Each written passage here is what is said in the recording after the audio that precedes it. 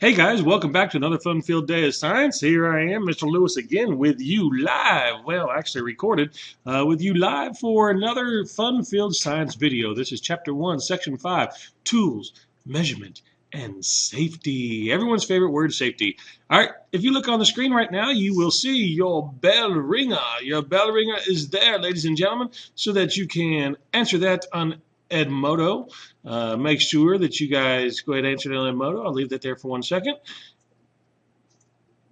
And let's begin. Today's objectives, you're going to identify tools used to collect and analyze data. You're going to be able to explain the importance of the International System of Units. Identify the appropriate units to use for particular measurements, and you'll be able to identify some common safety symbols. Let's go ahead and get started today. Tools for measuring. Well, what is a tool? A tool is anything really that helps you do a task. So it doesn't matter if it's a pencil, pen, it doesn't matter if it's a triple beam balance, it doesn't matter if it's a graduated cylinder, whatever it happens to be, if it helps you accomplish a task, then guess what? It is a tool. Your desk is a tool because it helps you accomplish the task of completing assignments in the classroom. It's all the same thing. So it doesn't matter whether it's a stopwatch, whether it's a ruler, meter stick, that's a whole meter stick. It doesn't matter whether it's a spring scale. All right, those of you who fish, you guys have probably seen one of these before. It doesn't matter if it's a graduated cylinder. It doesn't matter if it's a group of beakers. Whatever it happens to be, any of those tools, any of those items are tools because they help you accomplish the task of measuring. Okay. Now, we also have tools to analyze. The machine I'm making this video on, which is my computer, they help me analyze information. Calculators help you analyze information. Even the infamous iPad helps you analyze information because that is a tool. This iPad is a tool. Calculators are tools. Those are things to help you analyze information. Now, when we talk about measurements, we have to understand that in science we use what's called the International System of Units. And the reason that we do that is because it makes measurements the same all across the board. Doesn't matter if you're in the United States or if you're in China, you use the International System of Units. That way, whenever you talk about measuring something out, weighing something out, everybody is talking in the exact same terms. All right. I know in the United States we use pounds, ounces, and inches and feet, but in science, all sciences use the International System of Units, which is also known as the metric system, which has the kilograms and the milliliters and the meters and those types of things. That is the International System of Unit, and they do that so that they can have a consensus equal amount. So if they're weighing something in the United States using a 500 kilogram weight, okay, that same weight would be able to be used in China or in England or in wherever it happens to be. They use the same things. That way, everything is universal in the sciences. When they talk about different measurements and stuff, they're talking in a universal language. Notice over here that it is based on the number 10. Okay, the metric system is based on the number 10. Now, when we talk about length, all right, in the International System of Units, what we're talking about is a meter. Now, a meter is this right here. This is a complete meter right there. You guys have seen this ruler in my classroom up on my board. This is a meter stick right here. Yes, there is inches on the other side, but this is a meter stick because it shows from 0 to 100 centimeters, which gets us a meter. Okay, so meters. This is the basic unit of length inside of. I feel like I'm dancing. That's a basic unit of measurement for length as we talk about meters. Now you can get centimeters, you can get millimeters, and those kinds of things as well. That breaks it down even smaller. But the basic length is a meter. When we talk about area, all right, we're talking about kilometers, we're talking about meters squared. Kilometer squared or meter squared. When we talk about area, of course, you guys all should know the equation of calculating area is, wait for it, there it is. Area equals length times height. So if you wanted to find out the area of this box, you would turn around and measure the length times the height, or the length times the height right there, and you'd get the area of this surface of the box, okay? That is the equation for area. Now, of course, it's in meters or centimeters squared or meters squared. That's the answer for area. All right.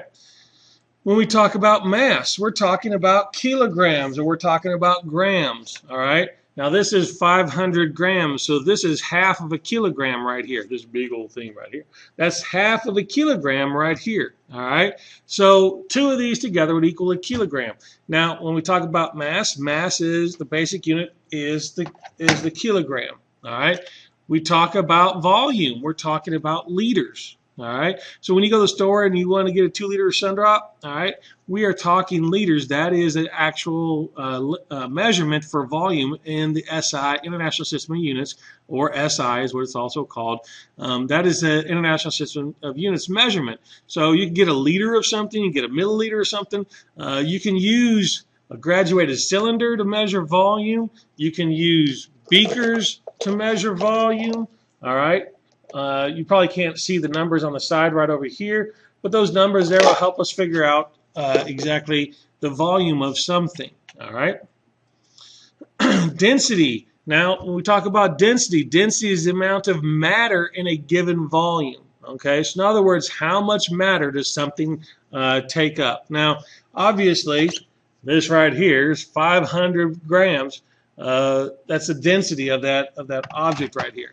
Now, there is an equation we can use to find out the density of an object, and here it is. Ready? Ready? Boom! Density equals mass over volume. So what you'll do is you'll actually take the mass of an object, and then you'll take the volume of that same object, you'll divide that, and that'll give you the density. Okay? So, for example, if you found something that had the mass of, let's say, 5, let's say it had 5, or let's say 15.